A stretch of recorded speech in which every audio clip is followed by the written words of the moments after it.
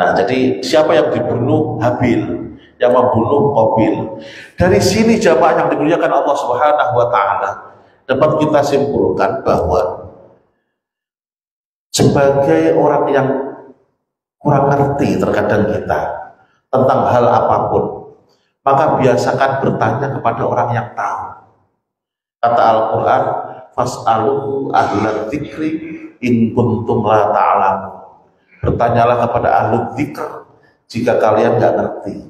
Habil Qabil saat itu bagaimana solusinya ini untuk masalah pernikahan ini yang nggak disetujui oleh saudaranya. Caranya mereka berdua nanya kepada Nabi Adam. Saat itu masih ada Nabi, yaitu sang ayah sendiri. Sekarang udah nggak ada Nabi lagi. Adanya adalah pewaris Nabi, yaitu para ulama.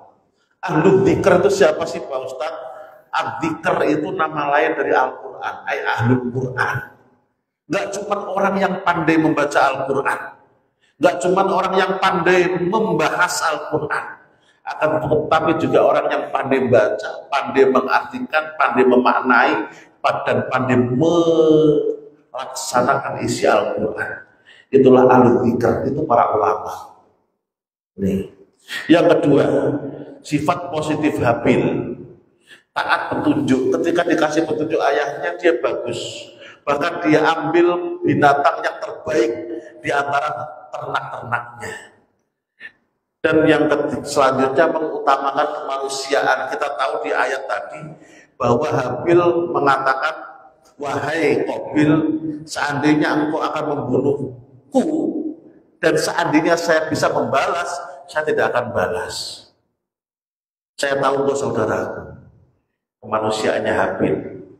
Itu sifat negatifnya Qabil yang harus kita hindari adalah ragu terhadap petunjuk. Jamaah yang dimuliakan Allah Subhanahu wa taala, mereka ini anaknya seorang nabi.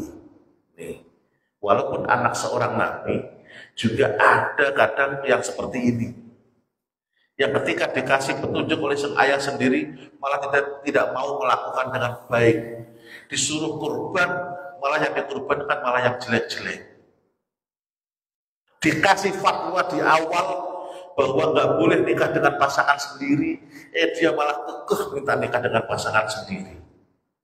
Yang kedua, tidak serius dalam ibadah tadi, kurbannya ngasal. Dan yang ketiga, kenapa sampai terjadi pembunuhan? Karena hasud. Dia nggak terima sang Habil mendapatkan istri dari pasangannya Qabil yang lebih cantik. Hasud yang ada. Dan hasud ini pula yang melatar belakangi iblis kemarin ketika mengganggu atau menggoda Nabi Adam untuk makan buah khuldi katanya. Kenapa? Iblis tahu bahwa Adam ini adalah kekasih Allah. Kasih fasilitas lengkap. Kata Allah, terserah kalian berdua di surga, apa yang kalian mau silakan ambil fasilitasnya. Akan tetapi cuma satu, wala taqrabu hadhihi syajarah. Jangan kalian sekali-sekali dekat syajarah ini, kata Allah. Cuma yang lain silahkan. Ini menunjukkan bahwa Allah Subhanahu wa taala sangat sayang kepada Nabi Adam. Bahkan sampai ketika Nabi Adam terusir dari surga atau diturunkan oleh Allah ke bumi pun, Allah kasih Nabi Adam kalimat yang mana dengan membaca itu Nabi Adam dan Ibunda Hawa diterima taubatnya oleh Allah Subhanahu wa taala, yaitu Rabbana dzalamna anfusana wa illam taghfir lana wa tarhamna lanakunanna minal khasirin. Jamaah yang dimuliakan Allah Subhanahu wa taala, satu tadi tentang syariat Nabi Adam yang berbeda dengan syariat Nabi Muhammad. Kok bisa beda Pak Ustadz? Karena kondisi. Tetapi ajarannya sama. Semua Nabi mengajarkan untuk beribadah kepada Allah Subhanahu wa taala, menghilangkan persekutuan selain Allah Subhanahu wa taala, menghilangkan patung, menghilangkan matahari, bulan dan yang lain sebagainya untuk disembah, hanya untuk menyembah Allah Subhanahu wa taala. Semua nabi mempunyai misi yang sama, hanya saja terkadang syariatnya berbeda karena kondisi yang berbeda. Dan yang paling sempurna adalah syariat baginda Nabi Muhammad Sallallahu Alaihi Wasallam, karena beliau adalah penutup para nabi dan para rasul. Yang kedua, tadi masalah mahram yang kita singgung. Jangan salah Bapak, mahram adalah orang yang haram dinikah, pasangan kita adalah orang yang kita nikah, bukan orang yang haram kita nikah. Maka beliau, pasangan kita itu bukan mahram. Memang secara dalam hal ini, dalam hal wudhu membatalkan, akan tetapi dalam hal yang lain mempunyai hak yang lebih jauh daripada mahram. Yang nomor tiga, masalah Qabil dan Habil ini silakan jadi pelajaran, jangan sampai terulang lagi. Di antara dosa besar yang dilakukan manusia adalah pembunuhan. Dan ketika seseorang membunuh, sebenarnya ada hukuman duniawi tersendiri.